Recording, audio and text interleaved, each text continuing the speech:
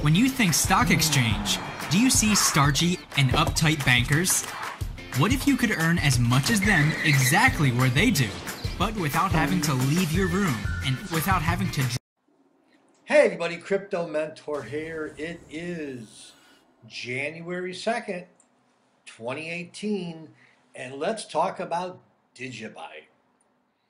I actually saw this many moons ago, but I think it was before I started doing videos, like 6-7 months ago, and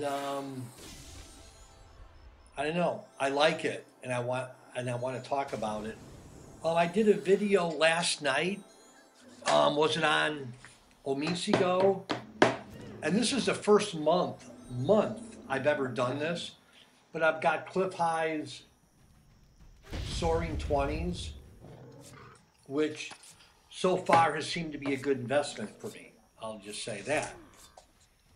And I'll put the link below, if I remember, to the Omisigo, his 2018, 2019 price predictions.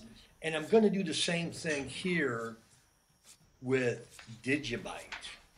So I won't read the whole section, but he likes it. Cliff likes it, okay?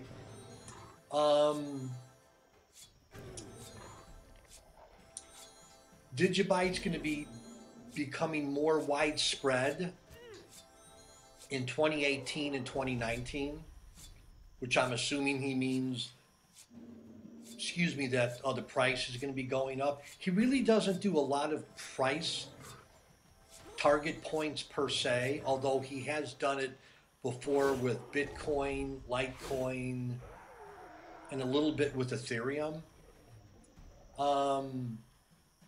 So in early 2018, okay, Digibyte's going to be making headlines early 2018 and late 2018. So headlines in a good way, if you know what I mean. And they're going to be hitting some type of, I haven't looked at their white paper recently, but they're going to be hitting notable milestones in early and late 2018. And it's going to be talked about on mainstream media. So I'm all thinking that's positive, okay? Let's go ahead, just for kicks.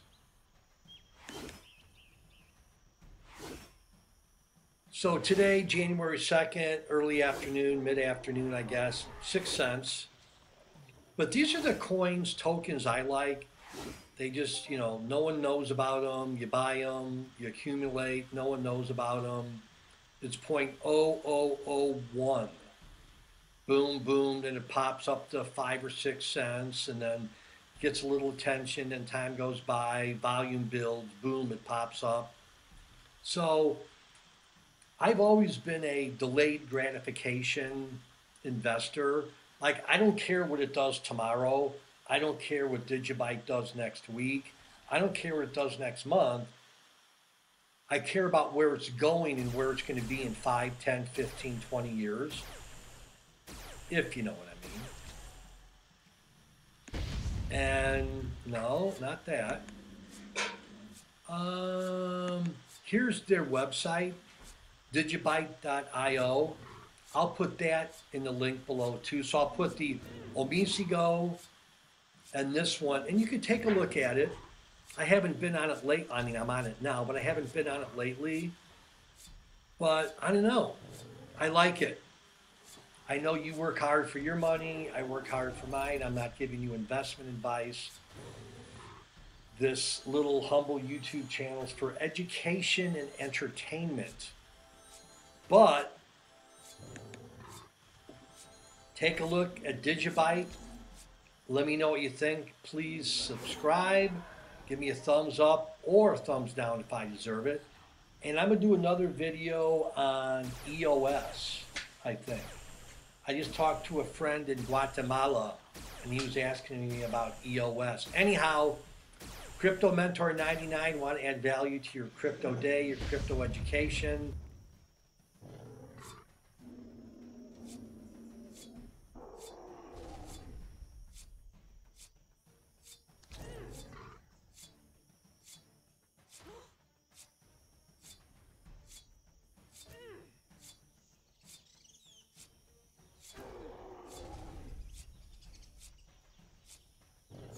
Today we're talking about Digibyte and why I think Digibyte has huge upside. Stay tuned. What's going on, guys? Patrick here. Today we're talking about Digibyte. Digibyte. It just sounds like a cryptocurrency, right? The name Digibyte itself, it just sounds like a cryptocurrency. Why I think Digibyte has a huge upside from here. And it's not even that I think Digibyte's going to go to the moon, but I think from the current price, where it could possibly go, I think there's still a lot of room to play here. And I'm going to go over some of the reasons I think that, what my game plan is, and why I'm holding a lot. I'm talking about a lot of Digibyte, holding it strong for the next year or so, with the idea that I could possibly make $1 million if Digibyte gets close to $10 by the end of 2018. And the idea that I have this much Digibyte, what I basically did was I traded a bunch of Ripple.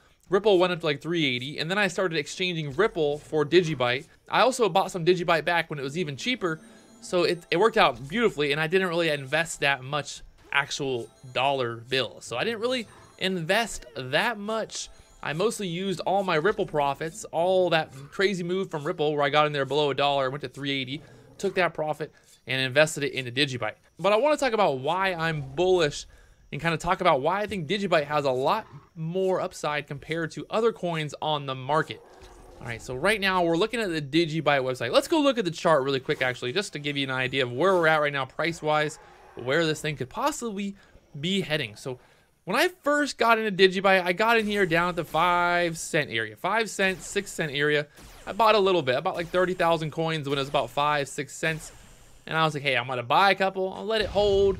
I'll hold it for a couple of months. If it goes up, it goes up. If it doesn't go anywhere, whatever, I didn't lose that much money. And then we started getting some moves. I was like, we got to 7 cents. I was like, okay, this is looking pretty good. Had a little bit of pullback. But in the last couple days, the last couple weeks, days, or whatever you want to call it, this thing has been going up. And I'm not sure the exact reason why it's going up right now like it's going, but it's going up. Obviously, we had a lot of altcoins going crazy the last couple of weeks, the last couple of days. You had TRX, Tron going crazy. You got Ripple going crazy. All these altcoins going crazy. Digibyte is obviously due for some type of action. And you can see from the 8 cent area, now we're up there to 13 cents. So I think the all-time high right now is sitting there right around 13 cents, maybe that 12.60 area. But it's looking pretty good. I like this view right now. I like this chart. Got some nice pullbacks, got some nice support areas. This 9 cent area, nice support area. But overall, we're trending higher. This is the 5-minute chart, so you can see if we go to like an hourly chart, you see this trend a little bit better here. And it's not a bad looking trend, not a bad looking trend at all. And you know, from this 6 cent area, this thing moving up there to 13 cents now. So it's up over 100% since I first got in. I can't complain about that. I'm happy that I'm up 100%, but I don't want to be up 100. I want to be up 10,000, 20,000% by the end of 2018. And I think that's very realistic for a couple of different reasons. And I'll talk about that right here. First off, the big thing that I really like about Digibyte, first off, compared to Ripple, compared to all these other coins, is it's very, very decentralized. For the sheer fact that this thing uses 5 different algorithms, I'll show you down here. It uses 5 different algorithms for mining. So that stops people from having one big miner controlling all of the Digibyte mining with one algorithm. So you have 5 different algorithms. That's going to make it that much more difficult for one large person, one person with a lot of power mining to control the market. It's also going to make it a very decentralized system. So comparing Digibyte versus Bitcoin, obviously it's going to be, it's hard to compare directly, but just to give you guys an idea, Bitcoin, you got 4 transactions per second. That's TPS for short, transactions per second. You can do up to 280 transactions per second with Digibyte. That's 2,000 1,000 by the end of 2020. So huge scalability. The scalability is already built into the chain. It's already built into the code. So it's not like they need to do a hard fork or anything like that to update that. It's going to be able to be scaled very easily, and as it's already going to be scaled as it grows. You got 10-minute block time. So that's one of the reasons that the fees are always so high with Bitcoin. That's why it takes long to send stuff. I've sent Digibyte back and forth, a couple different wallets, and it's insane how fast Digibyte is. It goes, I mean, it's like instant. It's literally instant. There's no wait. It's boom. As soon as you send it, it's there. It's automatically just there. It's that fast. You have 15-second block time. So every 15 seconds, there's a block being made, block being filled, and boom, transactions being confirmed. You have one algorithm for the Bitcoin network, the Bitcoin blockchain. You have 5 algorithms for the mining algorithm for Digibyte. And looking at the nodes here, that's 7,400 with Bitcoin. You got 43,000 currently with Digibyte. And then getting into the difficulty adjustment, all of that. The big thing here that's very important with Digibyte compared to a lot of other coins that have total number or unlimited total cap, Bitcoin has 21 million coins. So right there, that makes it scarce. It makes it a rare commodity. When you think about it, there's only 21 million Bitcoin in the world. Now, Digibyte has 21 billion. That sounds like a lot. You know, oh, there's 21 billion Digibyte. That's too many. Really, it's not that many. Now, I'm not saying Digibyte's going to go to $10,000, $20,000, $30,000, but I think, you know, $10 at 21 billion is not that unrealistic. You know, even $5. And that gives Digibyte actual real world use, that there are plenty of coins, that it is scalable, that it is fast back and forth, sending back and forth, all that, it's fast. So like I said, that's going to really make it usable for people. I can actually send my friend back and forth money quickly, unlike Bitcoin where I have to pay the fees, I have to pay all these issues. If you look at kind of comparing Digibyte versus Visa, right now, you know, 280 transactions per second.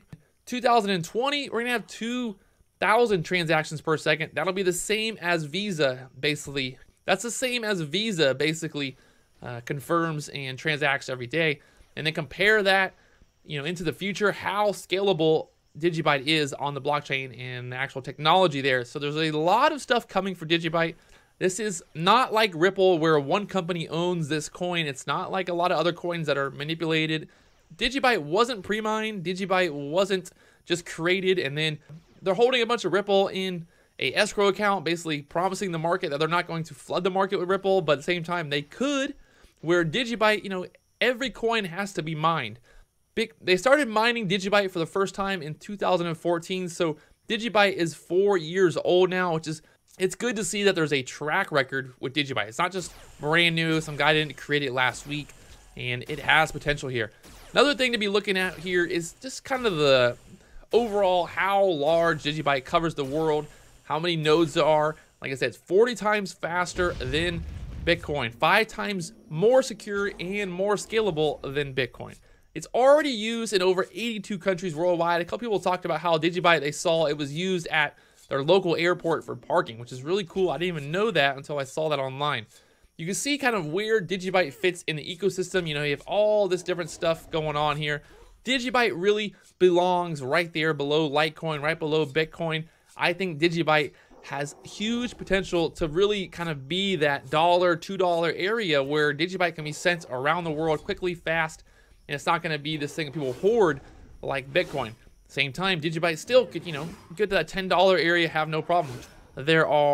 So right now, in 2017, there are billion coins out there. So as we go along in the future, they're going to be able to mine more, I think, till 2035. So we still got plenty of time here until we get to that 21 billion mark. And you can see the first time they launched this back in 2014 when it was first mined. The first Genesis block was mined back in 2014.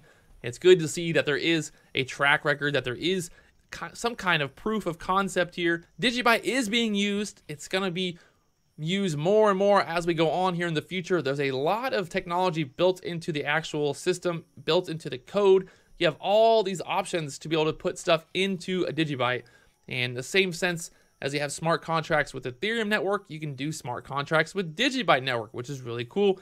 I think the smart contract technology is really going to be a huge thing for blockchain and for cryptocurrency world, for, you know, virtual currencies, really having the technology to be able to create contracts for different types of uses, like buying a house or whatever you want to do. There's all these different ways of setting up these contracts and basically getting rid of banks, getting rid of escrow accounts. So I think Digibyte really, I'm looking forward to the future here. One of the reasons that I see the upside with Digibyte is the capped out supply. There needs to be a cap. You got to stop people from just creating more and more. If you're just investing in a coin that they can create more whenever they want, they can flood the market, they can do whatever they want, manipulate the price like Ripple and other coins that are out there right now. Digibyte, it's not allowed. It has to be mined. It's just like Bitcoin in that sense. It's a proven technology. It's scalable. There's all these things that are going for Digibyte right now. And I think overall, compared to a lot of the other coins out there that are being pumped up right now that are, you know, at $3 or $4, that have trillions or billions that are just being made up and sent out into the world, I think Digibyte shines when it comes to the capped out supply. The one issue with Digibyte obviously is it's not that easy to buy, in the sense that a lot of the different exchanges don't have it yet. If Coinbase were to add Digibyte, not that I'm saying Coinbase would, or they are going to, but if they did in the future, that would make it a lot easier for people to buy Digibyte. I know going into the future it's going to be easier, you know, as this is integrated in more exchanges and more websites. So big news right now is that they're adding an iOS wallet that'll be on the App Store for people with iPhones to download and then be able to have a wallet on their phone similar to other coins. But I think this is going to be big news for people who do have Apple phones. I think a lot of people have iPhones, and a lot of people are going to be looking for that. So the Digibyte Foundation is a nonprofit organization that's working to educate consumers. They're working with outreach to work with different governments, organizations, and increase the global adoption of the Digibyte blockchain to the world. So they're working on a lot of different things. So you can see some of the Digibyte core initiatives for 2018 right here. So they already have the OS X wallet going live soon. They're working with Trezor, which is going to be great for the hardware wallet, working with different exchanges. You can see Coinbase is on there, Gemini is on there. If Coinbase and Gemini added Digibyte, it would be huge. I mean, easily, I could see this thing going to $3 or $4 or $5 in no time. As soon as it was added to Coinbase, people would love to buy a very, very cheap coin. If I was a first-time crypto investor and I saw there was a $1 or sub-dollar coin on Coinbase, I'd be buying it up like crazy compared to buying one Litecoin or a coin or just a percentage of a Bitcoin. So I think there's huge potential here for Digibyte to be added to those big exchanges, and then look for some big news to come from the Digibyte Foundation in 2018. So that's what I'll be looking out for. But I think long-term, Digibyte having that capped out supply, Digibyte having a good foundation behind it, Digibyte having a good marketing media team behind it, working on all of this stuff is only going to help ensure that Digibyte grows, and see what happens here going into the next couple of years. Like I said, by the end of 2018, I'm looking for Digibyte to be over $1. If that happens, I'll be happy. If it gets over $2 or $3, I'll be really happy. If it gets close to $10 by the end of 2018, which I've seen some people talking about on the charts, how it's possible, I'm not going to tell you that I think Digibyte is going to get to $10 by the end of 2018. Nobody thought that Litecoin would go from $3 to $400 in 2017, and it did. So there's a chance here. I feel like I got a pretty good entry. If you want to learn more about Digibyte, check out the website, do your own research, learn more about it, watch other videos, see what other people are talking about Digibyte. But this is what I'm thinking for 2018. This is my big, I don't even know if I call it a gamble, but this is kind of what I'm betting on. I'm betting on Digibyte making a big move in 2018 going in 2019. Long term here. I'm holding this baby. I've got nothing. I've got no reason to sell. I've got no reason really to take profit at any point until I'm basically a millionaire from Digibyte. So we'll see what happens. Cross my fingers. Pray for me, guys. If this thing hits $10, I'm gonna be a really happy boy. And I'll talk to you guys later on.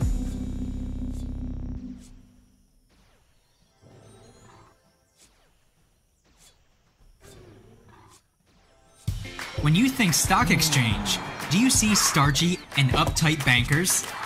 What if you could earn as much as them exactly where they do, but without having to leave your room and without having to dress as they do?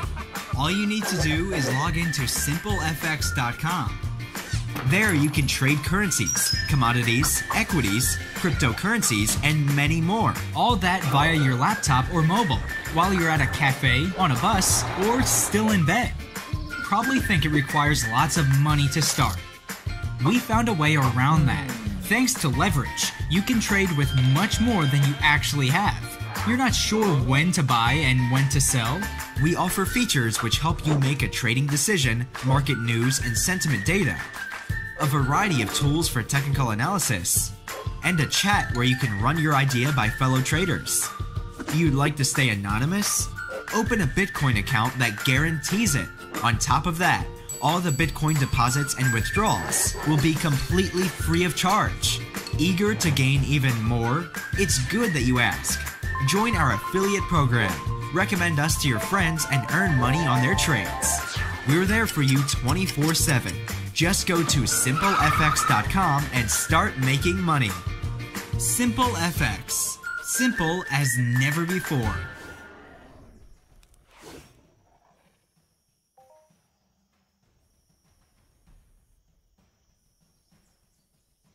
Bitcoin is something that you've been interested in and supportive of. In fact, one can pay for a tour on Virgin Galactic up to the moon with Bitcoin. I think the Winklevoss twins have said that they would do exactly that. Do you think this is a currency that's really going to work eventually? Well, I think it is working, and there will be other currencies like it that may be even better. There will be other currencies like it that may be even better. Fix some of the problems currently plaguing Bitcoin. So what are some of these problems? First of all, security. It is said that 4 wallets control the majority of all Bitcoin mining computing power worldwide. In fact, just up the road from me, here in Hong Kong, there is a giant mining operation in the southern China city of Shenzhen, where a single factory mines and controls 25% of the entire computing power on the Bitcoin network. If they were to suddenly shut down for some reason, like a power outage or a natural disaster, in theory it would take the Bitcoin network 2 weeks to adjust to the decrease in computing power on the network. In reality, it would take much longer, and the Bitcoin blockchain could be stopped for days, weeks, or even months. There would be no transactions being processed. This is a huge problem no one talks about. It seriously could kill Bitcoin off. Many altcoins have died because of this problem and had their blockchains completely frozen. This is a very big technological limitation. Since Bitcoin is highly susceptible to this problem, we wanted to make sure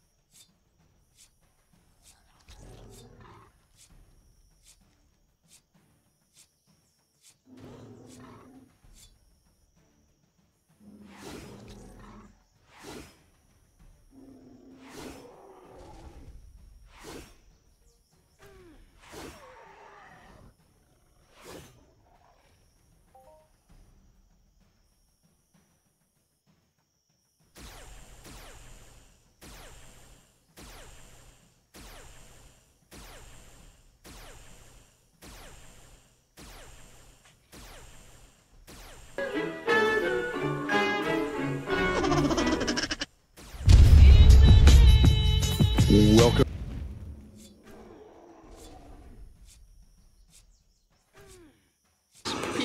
Is shopping? Shopping. Spang. Spang. Spang. Shopping. Shipping. Spang. Shipping. Shipping. Spring. Shipping. People call them the opposition, the bad guys. I believe you have like faction A, faction B. There's so many different words for all these different, for the groups here. I'll just call them the global elite. Right now, do you see the global elite, are they being exposed at this time? Yes, and they're being exposed not only from the actions of the people they're contending with or against, but they're also being exposed as a result of a side effect of the population as a whole encountering what you could call an awakening wave, a combinoric effect, if you will, of information coming on out and the breakdown of the legacy media, meaning that the fence or the wall that was between the citizens and what the elite were really doing is crumbling in and of itself. That has a tendency to expose more. Each one of these little nuggets of exposure leads to further and so on. So yeah, the elite have got a real hard row to hoe here for the next few years to just survive. Do you think that the elite, they're just going to sit back and just let everything completely be, everything taken away from them? Or are they going to hit back?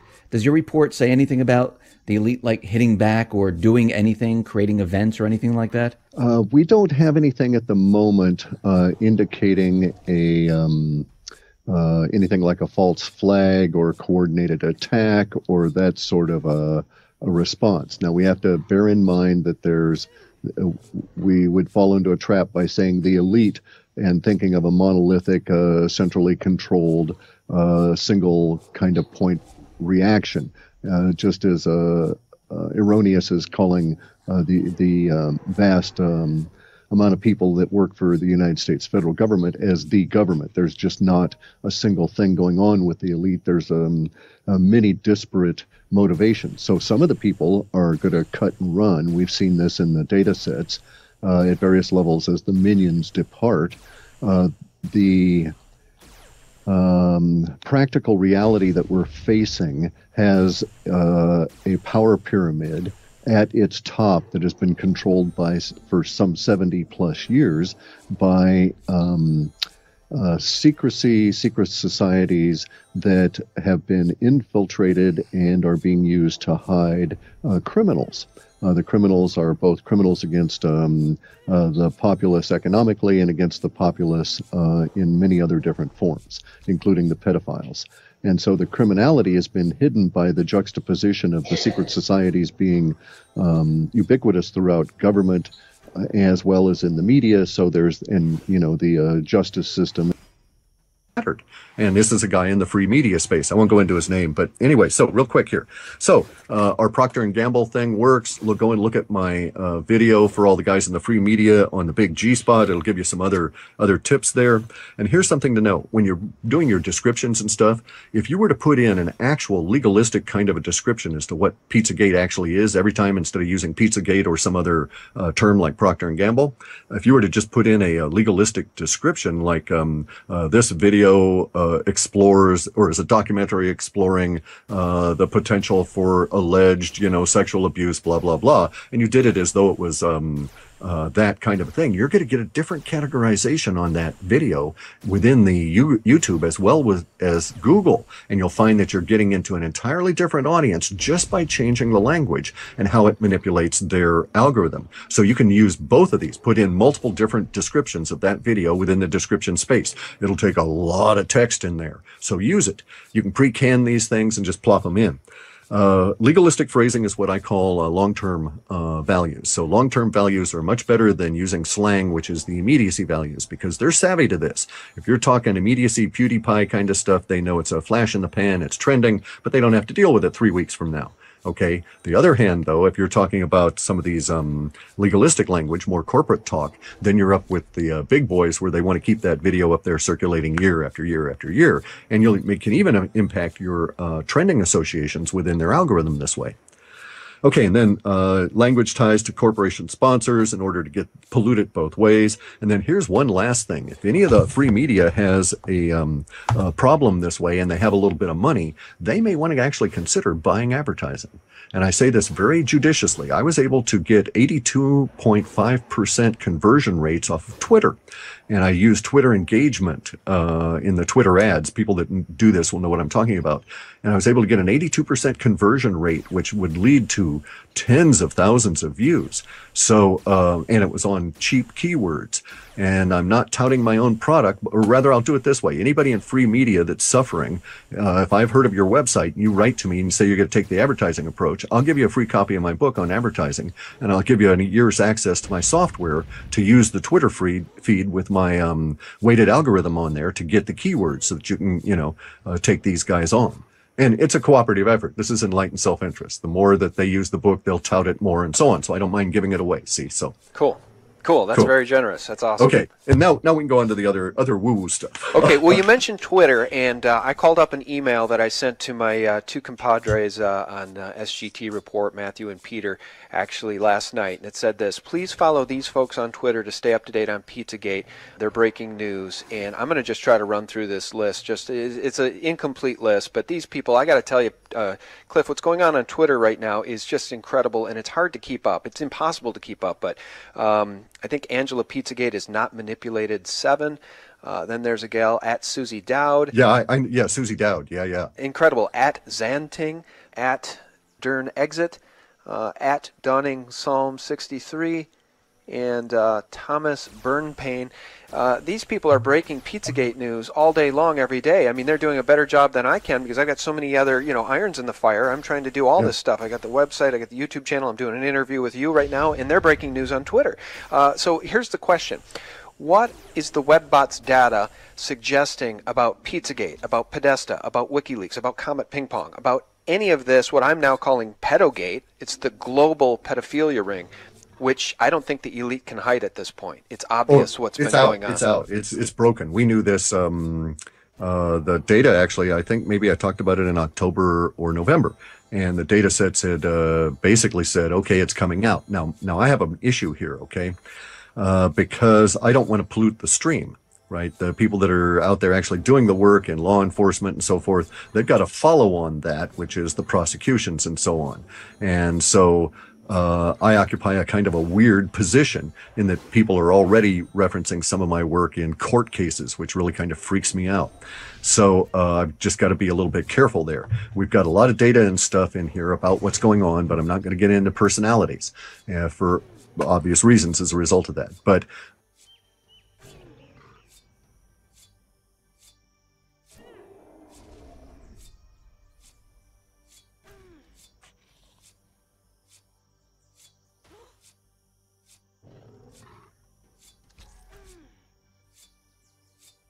credit card companies today charge exorbitant fees, 20 to 30%, just to lend you $1,000. Welcome back to Crypto Coin News. Today we are going to be talking about the world's first ever blockchain smartphone and computer being produced by a new company that has just raised their ICO and actually hit their hard cap, and something that has raised well over $100 million in funding. Something that I think personally is going to see a lot of success throughout the year 2018 and going into early to mid 2019. But before we get into talking about the smartphone and computer that's being made with the blockchain in mind, do not forget to subscribe and turn on post notifications if you're new around here, because we do 3 to 5 cryptocurrency news videos every single day on this channel. So if you're a cryptocurrency investor or you're interested in the cryptocurrency space, subscribing is definitely not a bad idea. And let's start a conversation down below in the comment section. Would you use this smartphone? Would you use this computer? After we present it, let me know your thoughts on it down below in the comments. But let's get into it. As you can see, the market's still pretty stable around $630 billion with $35 billion in trade volume. Bitcoin's a little bit below 13,000 right now, but Ethereum's up to 1,100, and even Litecoin's seen a rise to 210. So a lot of currencies looking very healthy right now. There's hardly any currencies in the red that are in the top 100. We have Dentacoin, Metablock, Wax, Smart Cash, and Tether doesn't really count, but these are the only ones in the red. Only 4 out of the top 100 in the red, really. Wax is looking to go down a little bit more, I hope, because I want to take a position on that very soon. I want them to get on some other exchanges, but this video is not about Wax, so let's get into what it's about. Syrian Labs token. Now, I was actually turned on to this project last night during yesterday's live stream, and thus since then have done a ton of research on this project, and it's got me really excited. The only downside to this project is it's not on any real, big exchanges yet. Liqui, Bancor Network, Tidex, and Ether Delta. So, as you can see, Ether Delta, Tidex, and Bancor aren't doing any volume really. It's mostly Liqui. That's about it. So I'm not on this trading platform. So I probably won't be able to snatch these up just yet, because I'm definitely not looking to make another account on another exchange. But right now, this currency has seen some pretty decent action. It's only been listed since December 28th, guys, and the numbers look pretty good. Total supply around 573 million. Circulation is only 20% of that at 98 million. And the market cap is relatively small at 184 million, with plenty of room to grow. They're doing 11 million in trade volume, even though they're not on any major exchanges right now, which is great. I would love to see them get on KuCoin or Binance or Cryptopia even though I don't really like Cryptopia anymore. I just would like to see them on more exchanges, hit BTC, Yobit. I would like to just see them get onto more exchanges, and I don't know if there's any exchange news for them coming out anytime soon, but the lowest this coin has been is about 61 cents, guys, and it came out of its ICO around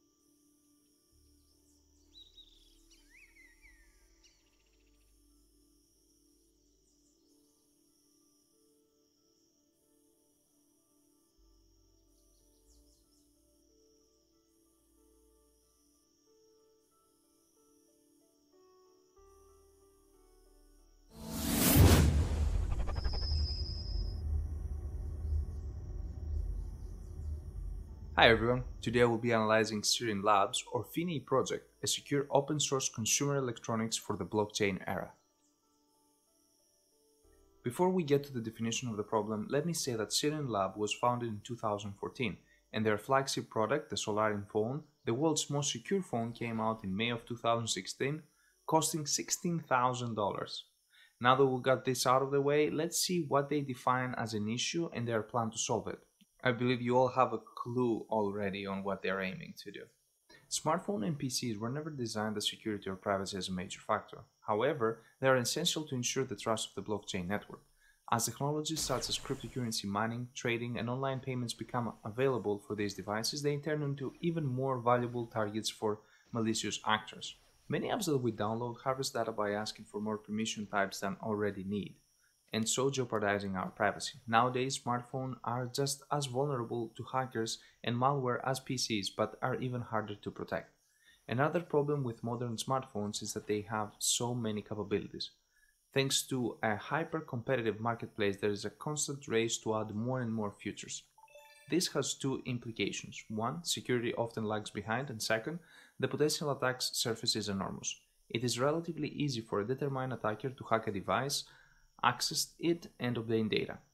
There have been several attempts to tighten up smartphone security, like the introduction of end-to-end encryption on some widely used messaging apps such as WhatsApp and WeChat, but unfortunately, this is not enough.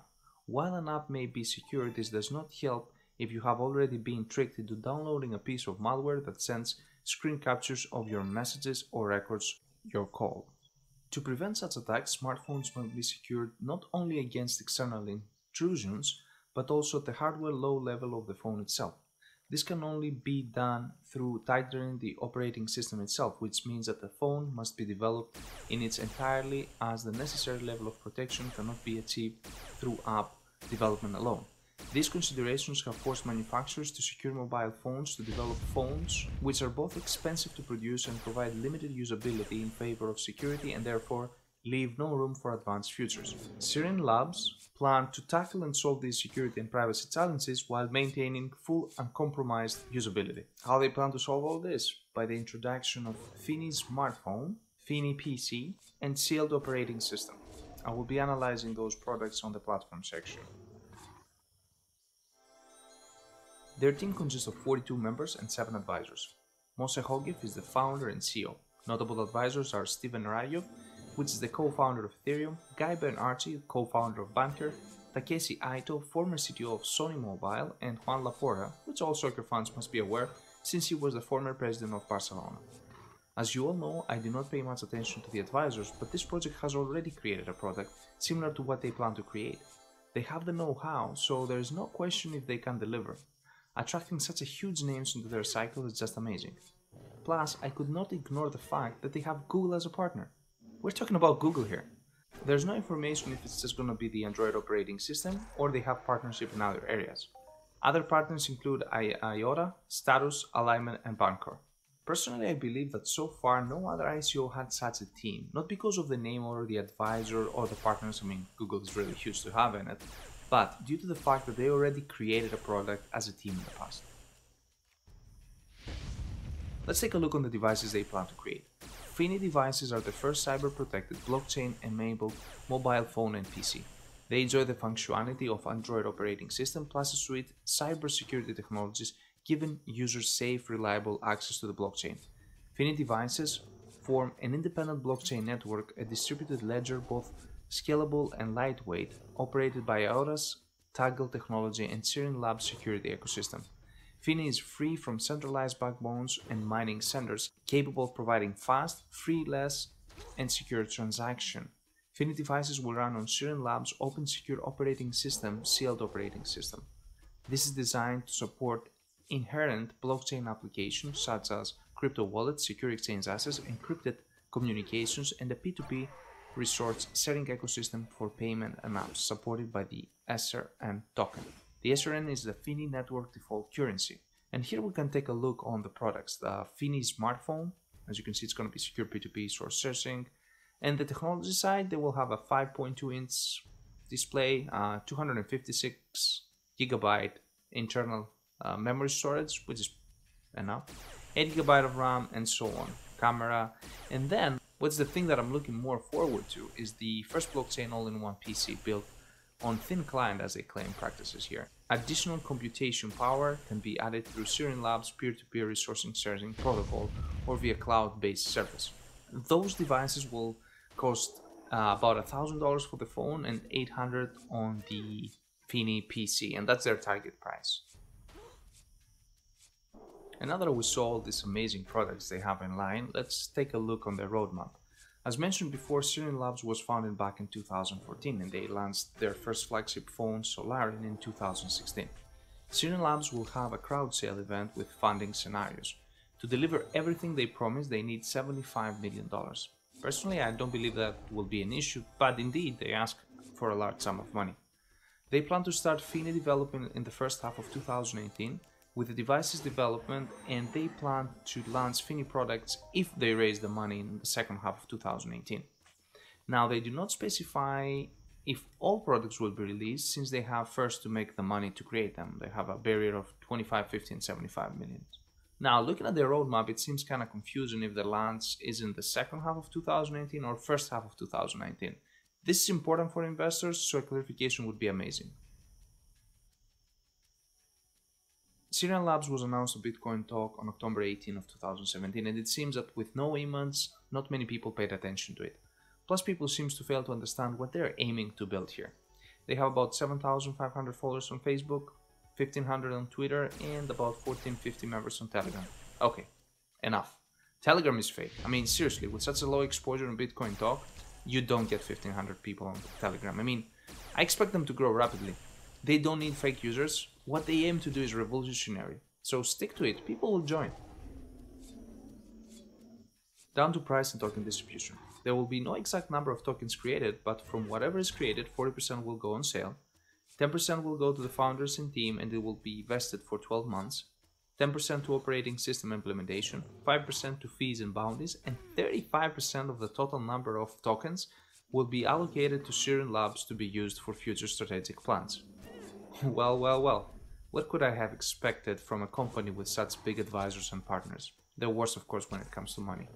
They keep 60% and they give away 40%, because collecting the money from investors is not enough. They want to keep another 35% of the tokens as assurance. Well, this is ridiculous. I understand that you have a great and expensive project, but come on, give us something. It's very disappointing token distribution. When it comes to price, if you buy in the first 24 hours, you get 1,000 tokens per Ethereum, and every day it will decrease until it goes down to 500. It's going to be only 14 days of sale. So if you buy on day 1, it's about 34 cents per token given the Ethereum price today, and it will go all the way to 68 cents when the ICO ends. There's no final number of coins, so we have no idea on what the market cap will be. I can't define if this is a good entry price or not.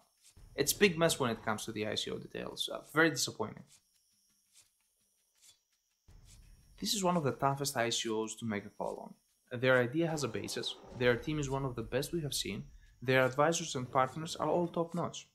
And while all that are okay, the token sale is a mess. 60-40 distribution in company's favor, and not an idea on how many coins they will be generated at all, so an idea on the market cap. If someone decides to buy this one, it has to buy within the first 2-3 days, because that guarantees that we'll buy cheap, but still is a buy in the dark. As for me, I will follow the project closely and see how people and media react around it.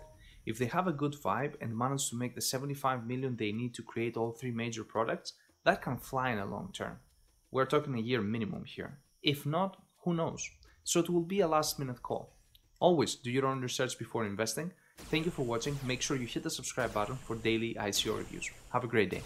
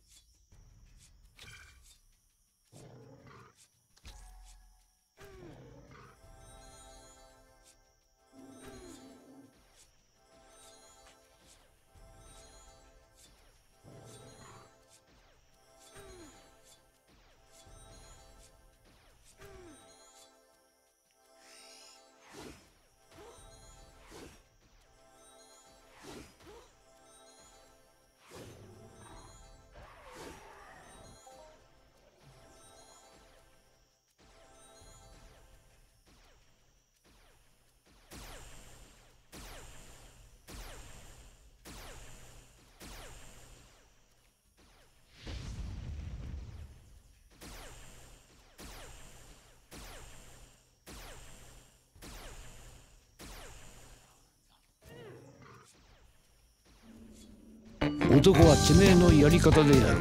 投資も自己流が一番よ。In 2003, by the same burst that caused the Banda Aceh quake and killed 200,000 people, more than 200,000 people. At the time that happened, like the top maybe, let's just pick a number and say 6%, the very wispy part of the atmosphere is gone. And that was the part that really created the deep blue. It was our transition into the other colors of space. So it's a weird time. There's no question about it. Everything's coming. Well, you know, we're coming into what's been called the age of Aquarius, right? Mm-hmm. And as we move into these ages, each of these precessional ages last for years, and it takes us a long time to make a transition. Even a single degree of movement in a precessional arc is going to take 72 years. So moving in from 1 degree to a next, it really is a big transit. We're almost through with this transit into the official Aquarian age, which is all about the knowledge bearer and so on. So a lot of this stuff is all coming out. And you'll notice in a sort of a curious flip to that, we've got all of the old knowledge being questioned. And this is a good thing, this we are changed within our understanding of what academia has been spoon-feeding us. So, for instance, we now know that when the astronauts go into space, they can't see the sun or the fixed stars. The sun is not visible in space. The only way it becomes visible is if you put microfine little scratches in a grid pattern in your acrylic window and cause a particular kind of light interaction. So we now know that the sun is not as we've been told. It's not a nuclear furnace. It burns nothing. It's not even really a source of light. If anything, it's nothing more than a reflector.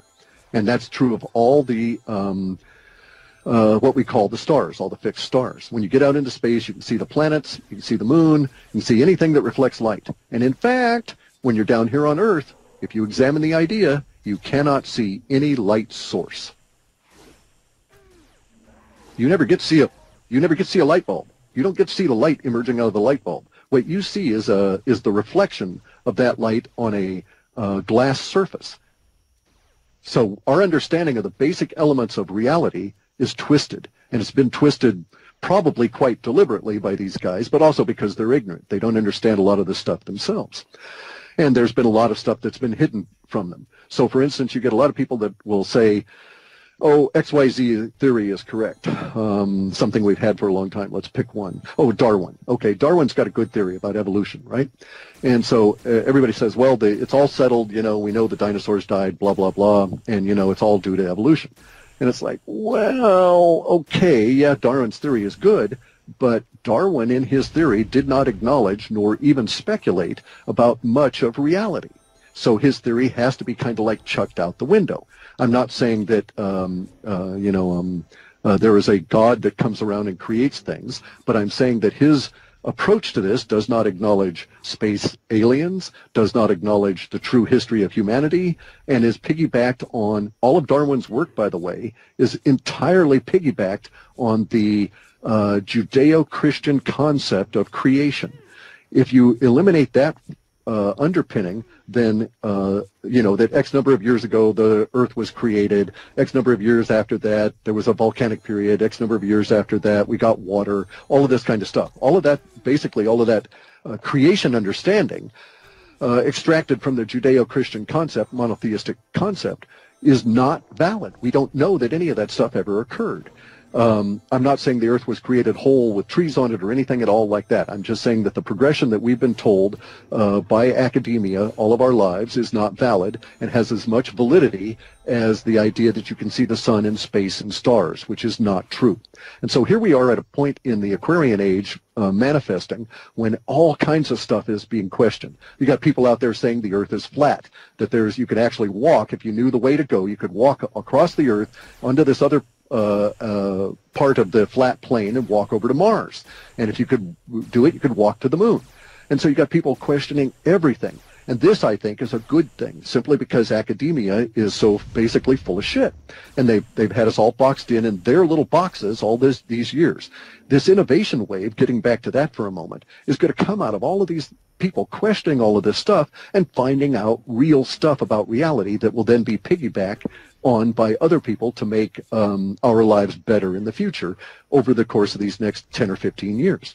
So, for instance, you know, now we're at a point where in our last report there were like, I want to say 20 or 30 instances. I don't know how many because I didn't count them, but like 20 or 30 instances that I had to write about Antarctica. And Antarctica pops up all the time. It was in the very first reports I started doing in 1997. The first runs I was doing. I didn't write them up and tell anybody about it. I just was investigating this whole thing. But Antarctica showed up back then. It keeps popping up with some huge levels of emotional attachment that make no sense. You know, why does anybody have any emotional attachment to Antarctica that has never been there? And there's so few people that have ever been there, it should not even show up in my data at all. Except that, of course, it's also really weird.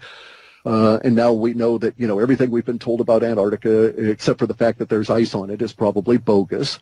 We now know, for instance, that there's at least 80 identified rivers and tributaries to those rivers underneath Antarctica that are in the 60 degrees Fahrenheit range, that are continually carving out the ice underneath the continent. That these rivers are heated by something that's coming up out of the continent, that in some of these rivers there are tunnels over them, that you could stack 4 Eiffel Towers, one on top of each other, and still have room at the top to stand up there and wave your hands and not hit the top of this tunnel. We know that there's air masses that are trapped over lakes in Antarctica in the ice, and the air masses are 70 and 80 degrees Fahrenheit temperature. So, and now it kind of starts making some sense. As we find out that, oh, there's pyramids down there, there's ancient civilizations down there, the leaks are starting to show up. And of course, at the same time the leaks are showing up and there's more chatter about this, we also see that Obama made a secret trip. Both popes have been down there. John Kerry went down there on the day of the election, and he spent more money and created more carbon dioxide. When you think stock exchange, do you see starchy and uptight bankers?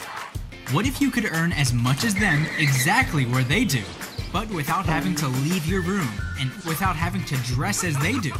All you need to do is log into simplefx.com. There you can trade currencies, commodities, equities, cryptocurrencies, and many more. All that via your laptop or mobile, while you're at a cafe, on a bus, or still in bed. Probably think it requires lots of money to start. We found a way around that. Thanks to leverage, you can trade with much more than you actually have. You're not sure when to buy and when to sell?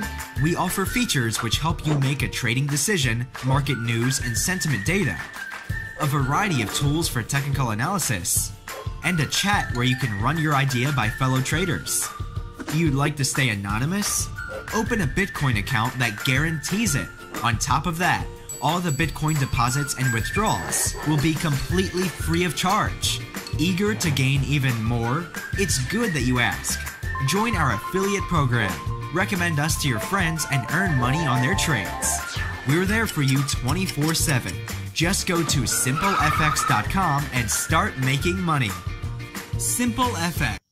And he spent more money and created more carbon dioxide getting down there for his, quote, climate study, or climate change study. He created more carbon dioxide going down there for that one trip than all of the United States creates in a week. So, you know, it's like, okay, yeah, you're real concerned with climate. You're going to go ahead and create more CO2 than the whole country. How did they do that? So you can go look at, I mean, just the airplanes and stuff and everything that had to go on to get him down there and back in that period of time, because they had to fly against basically bad timing, bad weather, and avoid. It was a special trip just for him. It takes a lot of energy and stuff to get a person, and this was it. I don't know how many planes were involved, how many people were involved, but the expense involved kind of rivals what Obama does with Air Force One. And they did this just so John Kerry could go down by his own admission to look at ice. That makes no sense at all. They're not even trying to come up with the cover stories anymore. Well, what about Buzz Aldrin, too? I was just going to say, at the same time, we've had Buzz Aldrin, and now bear in mind, this man is 86 years old, and he's in good shape, but he's still 86 years old. Right. So how often are we hauling 86-year-old people down to the South Pole? And this is not just Antarctica. This is not McMurdo Base within 34 kilometers of the coastline. This is the middle of the continent. This is the South Pole. So he went deep into the continent for some reason. And it's kind of like, I don't think that it was a case of him paying for it with celebrity.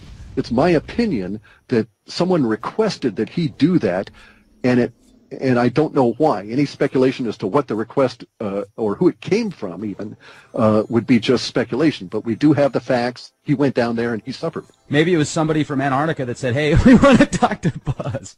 Get him over here." I was thinking the other way. Okay, because Buzz Aldrin is one of those guys. If you look, he's had a big career as an outspoken person after being an astronaut. And one of the things he's outspoken about is getting humanity out and about, and this kind of thing. Now, you could also speculate and say, well, maybe whoever it was that asked for Buzz Aldrin to be down there needed him down there because maybe he was like an ambassador. Mm-hmm. You know, maybe he'd met somebody out in space and they said, well, you know, we need somebody we can trust. Get Buzz down here to talk to us. That kind of thing. I'm not saying that that occurred, but it is reasonable speculation given all the other weird stuff that's going on down there. Absolutely. Okay, now here's something else we're getting in some of our new data sets here. So follow along with me on this. We had 30, 40, I don't know how many instances of Antarctica show up in the last report. In the report before that, it started swelling. There was a lot more Antarctica data. Now I've got tons of stuff coming in from Antarctica. I don't know. I'm going to just have to really sit on it and try and control it so it doesn't dominate this next report I'm going to release at the end of the month. But there's some really interesting stuff coming out of here within the Antarctica stuff that's sort of joining with this whole innovation wave, because there's data now referring to Antarctica as the source of wealth, the source of a boom, a giant humanity-wide economic boom, and the source of what the data is calling precious technology. Now, this is interesting because the word precious in this sense has exactly the same emotive characteristics as the word precious when used with precious metals to indicate gold and silver, and the iridium, platinum group, but primarily gold and silver. So we're not getting the precious technologies, meaning that it's going to be technology that involves gold and silver, but technologies that will be as precious as gold and silver, and they're related to solving finally, although it's probably going to take decades and decades, but they're going to solve our energy problem, at least according to our data sets. So theoretically, or in my interpretation of what's coming across in the data as of this point, we're going to hit an innovation wave that will propel part of humanity down to Antarctica in a way we've never seen before, outside of what the Germans did at the end of World War II. And the Germans may still be there for all we know, right? They're living in these giant caverns. We would never have a clue. You can't even see through the ice without all of the, ground penetrating radar and stuff. And that's what finally took for us to find out that there are these tunnels that go for thousands of miles underneath the ice that are, or I think it was 2.25 miles at its narrowest. It was 2.25 miles wide and on the order of hundreds of meters tall, and it was 70 and 80 degrees in there. So, a very hospitable climate considering the ice. You're out of all the cold and all of this kind of stuff. So anyway, the innovation showing up as picking up the Antarctica stuff and actually propelling it into our near-term future. So this could be cool as hell in my way of thinking. It's very much, in the space goat farts realm at this point, but we're starting to get pictures that come out of the pyramids in Antarctica. We're starting to get all the rumors of ancient civilizations down there being excavated and so on. And so there's certain specific language I'm looking for, but I'm actually very hopeful. And it has nothing to do with Trump, because Trump is without the innovation wave, absent some external situation change, the dollar is doomed, and the U.S. is going to have a 10 to 20 year period of time that will resemble what Russia went through as the Soviet Union broke up and it had to reconstitute itself and rebuild itself. And that will not be an easy time for us in the United States, because we're not as well situated as Russia when it went through that. we don't have vast amounts of oil and gas. We don't have a situation where people didn't lose their houses. No one in Russia lost their house when their system collapsed because the state owned them all. Here we've got a situation where, the banks own everything, and the Federal Reserve claims to own 89% of all the mortgages in the United States. So if we can get rid of the Federal Reserve, well, maybe all those 89% of all the mortgages simply disappear and we'll be that much better off. We don't need to owe the Federal Reserve any money. We don't need to have a national debt. The national debt is not our deficit. It's not our trade deficit. It's what we theoretically or hypothetically owe the Federal Reserve for creating money that we then borrow from them at interest. And it's like, that's bogus. Let Congress create money out of gold and silver, and we don't need the Federal Reserve at all. And these days, you could do it even electronically. 99% of people think they are nobody. 97% of companies are small companies. 92% of countries are small countries. 95% of athletes are unknown. Small can be calculated, but it cannot be ignored. So we have a different point of view on small. We believe a small character has unrivaled power. A small action can touch millions of people. A small step forward can set a new record. A small change can create a difference. A small corner can impact the whole world. A small country story can inspire all humanity. From small to big, everyone is making a difference. Alibaba believes in the power of small. We are proud to be the worldwide partner of the Olympic Games, giving everyone an equal chance. Together, we're in this game. From 1 to billions, we see the power of small. To the greatness of small.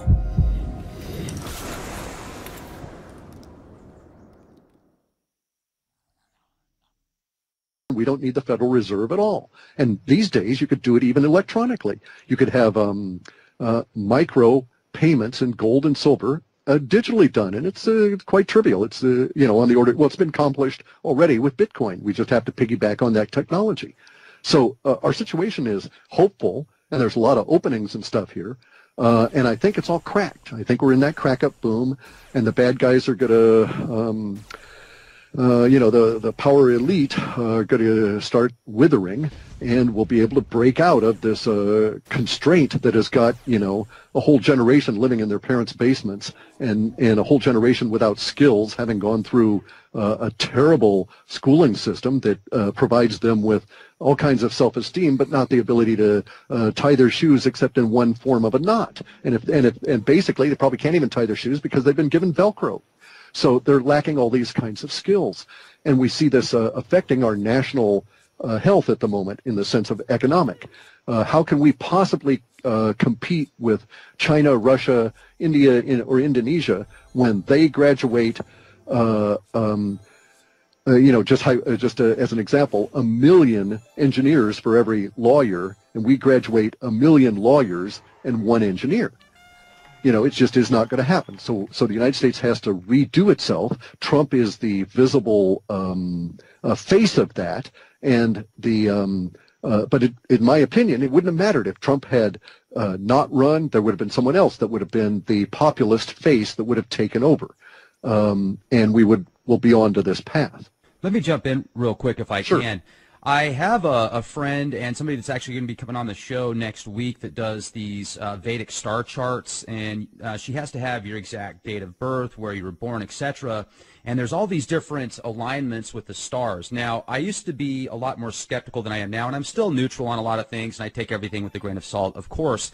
But I do see the accuracy with this Vedic or these old school type astrology charts versus the Western type charts. And it just blew me away when she read my chart and other people's charts, and then she said that Trump's chart was like phenomenal, and that what she sees him doing just based on the star chart is incredible. So, I don't know, man. I mean, certainly, it seems to me like the as above, so below statement has so many different meanings, not just metaphysical, but also if you look at it scientific.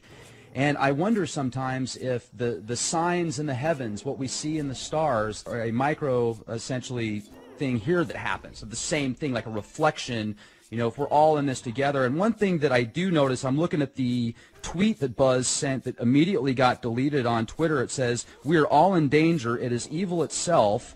And I think that's bogus, though. You think, okay, maybe it's bogus. It certainly could be. I've never been able to find anything in his timeline that was deleted about that time, so I can't validate that, in fact, he sent that. You certainly could be right. There's a lot of things that can be done. If it was legit, that's fascinating. If not, just another diversion tactic, wag the dog type scenario. Let's sell more T-shirts and cause more confusion. But one thing that I was hoping we could talk about, Cliff, because I used to hear you discuss this a lot more back in, I would say, 2011, 2010. You talk about the people or the things that control the world overall, that have the majority of the power, the influence. There's 6 corporations that control over 90% of the media. There's 6 corporations that control over 90% of what kids see in school and learn about, and the textbooks, etc. So it's a very small group at the top that seems to influence things overall. Hollywood is a very powerful tool. If you know what it's doing to your subconscious, I think you can use it against them more than them using it against you. Yet it's still like MK Ultra at its finest. You talk about UFOs, CIA. I used to hear you talk a lot more about the extraterrestrial phenomena, and I think that it's kind of turned into something that's not necessarily taboo, but it's been mocked a lot, and it seems like there's a lot of misinformation. Even a lot of big players out there are saying, in the alternative communities are saying, oh, I don't think UFOs are real, I don't think aliens are real.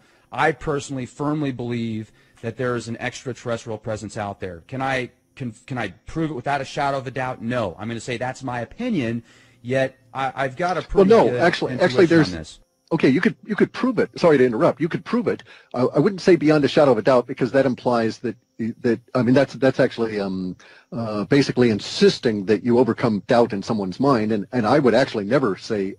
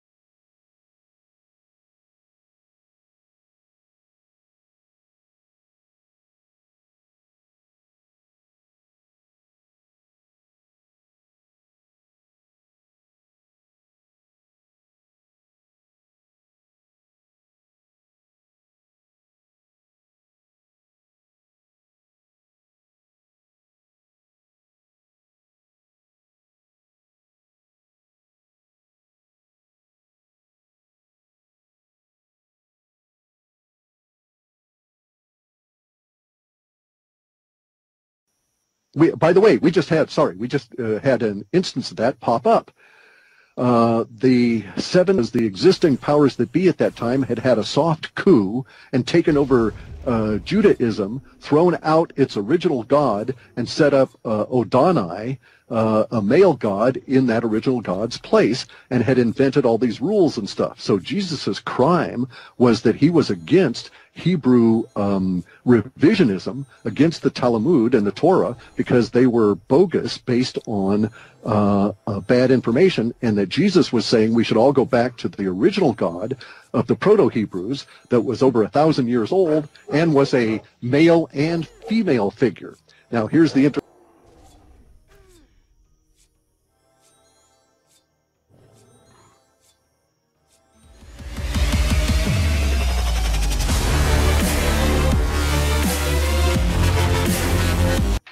Ladies and gentlemen, Rex Bear Leak Project, how the heck are you? I have with us here today the man, the legend, the way of life, Cliff High from halfpasthuman.com.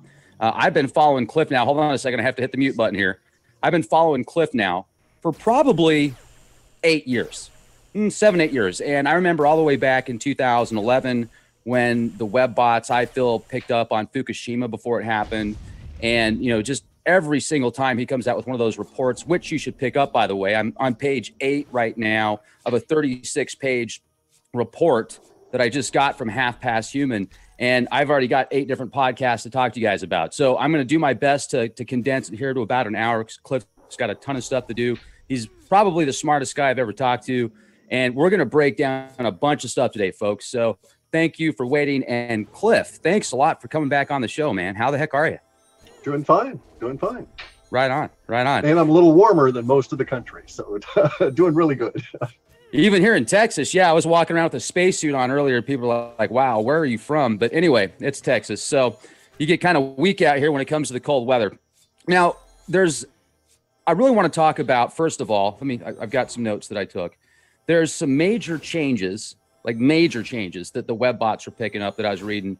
And, you know, politically, in a whole bunch of different landscapes. Let's get into that. I mean, what is going on right now, and what are these web bots picking up? We're seeing a very large change in the emotional tones through the data that we gather. So it's like all of model space had a particular level of, if you just wanted to like sum the whole model space, you would get this like E equals, which is E was the equilibrium point, equals maybe 0.1, and it would always hover at that, right? There'd be stuff below it and stuff above it, but it would always hover about that. And basically what the data is showing is that emotional expression level, manifestation level, etc., is going to rise precipitously, rise very rapidly. And it's going to be quite shocking to a lot of people, because we'll go and at that, right? Now, I really want to talk about, first of all, I've got some notes that I took. There's some major changes that the web bots are picking up that I was reading. And, you know, politically, in a whole bunch of different landscapes. Let's get into that. I mean, what is going on right now, and what are these web bots picking up? We're seeing a very large change in the emotional tones through the data that we gather. So it's like all of model space had a particular level of, if you just wanted to like sum the whole model space, you would get this like E equals, which is E was the equilibrium point, equals maybe 0.1, and it would always hover at that, right? There'd be stuff below it and stuff above it, but it would always hover about that. And basically what the data is showing is that emotional expression level, manifestation level, etc., is going to rise precipitously, rise very rapidly. And it's going to be quite shocking to a lot of people, because we'll go and gain emotional qualifiers about political stuff. It's basically, if we wanted to put it encapsulated into one concept, it would be that we're going to overturn or break open people's paradigms. So it's going to happen at so many different levels that it, for instance, let's look at a real world example. Throughout the 60s and the 70s and the 80s and the 90s and the 2000s, and even into this decade, sports have been relatively free of the angst, the spew, the accumulated emotional trash that's affecting the rest of the social order. So especially for males, it was their refuge. They could turn to sports because no matter what, it wasn't political, it wasn't social cultural crap, any of this. So now, and that was their last refuge. Okay, that was the Joe Six-Pack could go and he'd have his football games, his hockey games, etc., and he could take peace of mind that the world was a nice orderly thing that he could box in. And now we know even the sports are coming unraveled. And so we're going to lose that last refuge for the Joe Six-Pack kind of people. And then no matter where you want to look at it, politics, local, national, international, it doesn't matter. Law enforcement, local, national, international, it doesn't matter. Corruption, any of these things, they're all going to be busting wide open this year, to the extent that we're going to compress, in my opinion, 2 complete 15-year cycles of change and manifest those 2 complete 15-year cycles of change within a single 2.5-year period of time. There's this concept in the work I do that every 15 years, everything pretty much has totally changed. So it's almost a generation. It's a 3/4 of a generation. We figure generations at 20 years or to 21 years. So at about 15 years of time, you should be able to look back and say, well, everything has changed. And so, today we have cryptos and it's a mix with cryptos and dollars and so on. 15 years from now, there won't be dollars. And it'll all be working on cryptocurrencies, right? Just like when they introduced the digital payment systems, et cetera, it was a mix of digital and actual cash and lots of actual cash and so on. But now actual cash has faded down to virtually nothing. And it took about 15 years for this transition to occur. And so it has to do with how ideas move through social orders and how big your social order is relative to the type of person in a general sense exist within that society. So it's going to takes China longer to go through these social transitions than us, and it takes England slightly less time. Okay, they're steered, so they're not really a good example, but it would take Italy less time simply because the population is smaller. And they're more excitable by nature. They're more hot-blooded, so they'll burn through a lot of these ideas in a way that, in a very rapid way. And basically what's happened, in my opinion, is that the powers that be have held 2 complete cycles here in the USA, and we didn't have that 15-year change period. And so we've drifted, so to speak, from late 90s all the way up through until today without having this congealing of all of these things such that we have a new firm reality from which we go forward for the next 15 years. There's been no gelling of the consensus paradigm. In fact, the consensus paradigm in the USA pop no longer exists. That consensus paradigm has been shredded ever since the 50s and the 60s, when we had to acknowledge that, oh, a lot of people are different, and and then we get into this thing, and over time, over these 40, 50, 60 years, we get to the point where we end up with the social cultural wars that were mainly being directed by one political party trying to engage itself at a cultural level the way Mao did and take over the political process entirely, and that failed.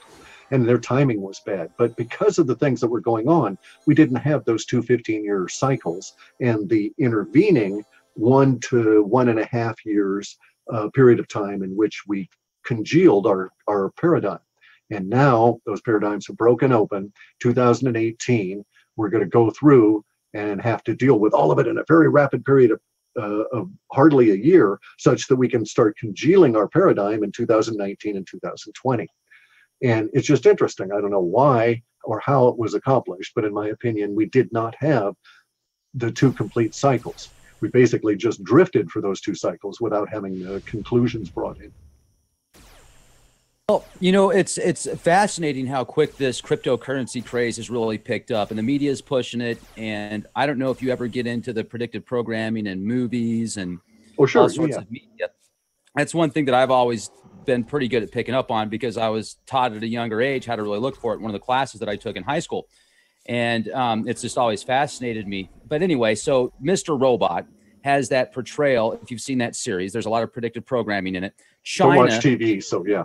Okay. Well, China's the one that gets, and it's a big series. It's on USA Today. It's you know, it's got a pretty big impact, and it's showing the Chinese are the ones, this what's called the Dark Army, and they help get Trump into presidency, and then they help start this chain of events that creates this one of the biggest corporations in the USA to fall. And you know, a bunch of there's these multiple terrorist attacks, a whole bunch of buildings collapse that are associated with what's called E Corp, and then there's bank holidays and martial law on the streets. Then what happens is they're investing in what's called eCoin, and they're pushing up this electronic currency, and they're kind of manipulating that as well. But it's showing the whole time the dark factions of China being kind of the dungeon masters, I guess you could say, of the cryptocurrencies and kind of this chain of events. So, I mean, are you picking up? Does China have a big involvement in these cryptocurrencies and Bitcoins and stuff? If you're talking about China in the sense of officialdom, no. Okay, you have to understand something. It doesn't matter whether you're dealing with China, Bangladesh, or the USA. All governments are reactive, not proactive. They don't ever think. They simply react to what's going on around them. Politicians are never particularly bright individuals, and they are very reactive emotionally. And so they're never leaders. That's a misappropriation of the word, okay? The people that are in charge of us are always followers in ideas. So no, the media is not pushing cryptocurrencies in the USA at the moment. They are simply trying to keep up with what the population is doing, and the population is well into crypto, so they're trying to look as hip and cool as the people they're trying to sell their stuff to. Okay, so you have to understand that these cycles don't work as TV would have you understand it. China, I could believe that a small group in China, not associated with the powers of China, maybe sanctioned, maybe not, it wouldn't matter. I could believe that a small group could accomplish a change within the United States. But the Chinese government, being a puller of the strings such that we dance a marionette dance, no, it doesn't work that way, because the nature of governments won't allow them to take risks at that level, except under extreme conditions. Now, what has been the hallmark of the American empire is that a bunch of extreme people with extreme views, always seeing themselves in extreme conditions, have been trying to take over and change the whole planet because of who they were. They were expressing it out. The Chinese don't work that way. If you note, China is a very interesting place. It is surrounded by hostile enemies on all of its land borders. And it has only a little tiny sea border. So it's worried about being invaded all the damn time. It's worried about smuggling. It's worried about cross-border filtration of ideas that cause problems within its own population. China is not homogenous. There's 160 different sub-races of Chinese. Okay, so there's Aryan populations, there's Muslim populations throughout China. China's got a big Muslim terrorism issue. They've got religious warfare between the monotheists. まどろんで夢に見る家はあなた自身を表すと言います。生きる意志、矛盾やいたずら心、ここがあなた自身であるという確信。千葉県君津山滝の黙々村で。They've got religious warfare between the monotheists, the atheists, and the pantheists within their own culture. Their usual rate was 70,000 riots a year. Now they're running at about 150,000 riots a year that they have to deal with. 150,000 riots a year. And that's their normal cooking over operational kind of stuff. So they're engineers, okay? These are engineering people. Their goal is to fix things. And so, no, they're not going to be out there dealing with the creation of cryptos and this kind of thing, except as a follower. And that's why they're playing catch up. That's why they banned the ICOs, because it had gotten out of hand. They couldn't control them any other way than to shut them off. And that's not the action of someone that is directing it or has any kind of real grasp on what's going on. And so they're going to always be as reactive, and even more so than our social order, because although they are communists, they are extremely conservative, because the people at the top want to do one thing: protect their power. That's all they want to do, is protect their power through their life span. And they're not Genghis Khan kind anymore that says, let's go out and try and conquer most of the planet. So I don't see China the threat that it's or in those terms. And the predictive programming and stuff is mind control.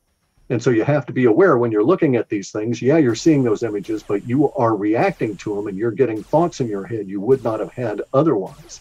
And so the real question to ask is, who wants to plant what thoughts in your head out of that show?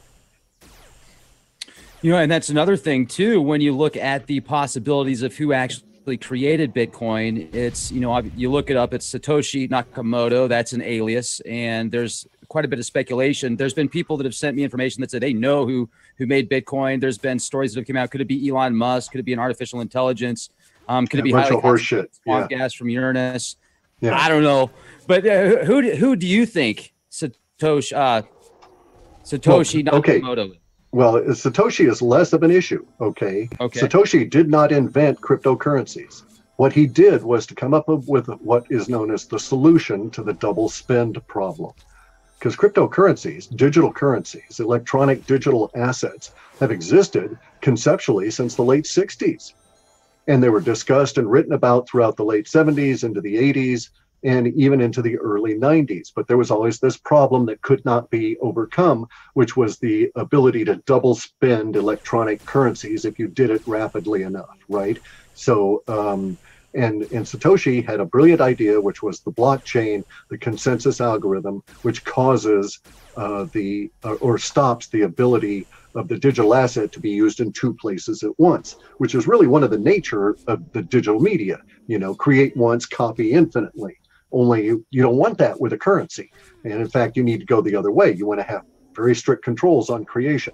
So what Satoshi did was to solve the double spend problem. But he is in a long line of people that have contributed to the idea of cryptocurrencies and even into blockchain. The blockchain was known at the maybe late 70s. Okay, maybe the concept was officially discussed in the remnants of the Bell Labs structure in the 70s and in late 70s, and there were some papers written about what we would call blockchain. But again, that doesn't eliminate the double spend problem. What does eliminate that is the consensus algorithm, what's called gossip. And the gossip protocol was really Satoshi's insight. And then he wrote up a really cool white paper that said, basically, screw the banks, we've got to do something, because it came out in 2008. And he said, we can't go through this shit again. We can't allow ourselves to be victims again. Here's a solution, should the planet choose to use it. And apparently we do choose to use it. Now, that's another thing that I wanted to talk to you about. You brought up blockchain. I'm so glad you did. It's kind of tough to understand exactly what that is. So maybe you could give us, I'm sure you could explain it in a very fluid manner, and I won't think it's difficult to understand anymore. Sure. It's not a big deal. Okay. A blockchain is a distributed ledger. So all these kids, yourself included, you've never had to deal with paper ledgers where you might go to somebody and deliver a bit of work, and they would write down that you'd completed your task and how much you were going to be paid, right? So let's think of it instead in a different, let's not use the word ledger, let's think of it as a spreadsheet, all right? So this is like a spreadsheet that might be at the core of your financial budget for your household or something, right? And here's the deal. You've got a copy of this spreadsheet, and in order to make it secure, what we do is you also give a copy of the spreadsheet to your wife. All right. And so you both have a copy of the spreadsheet.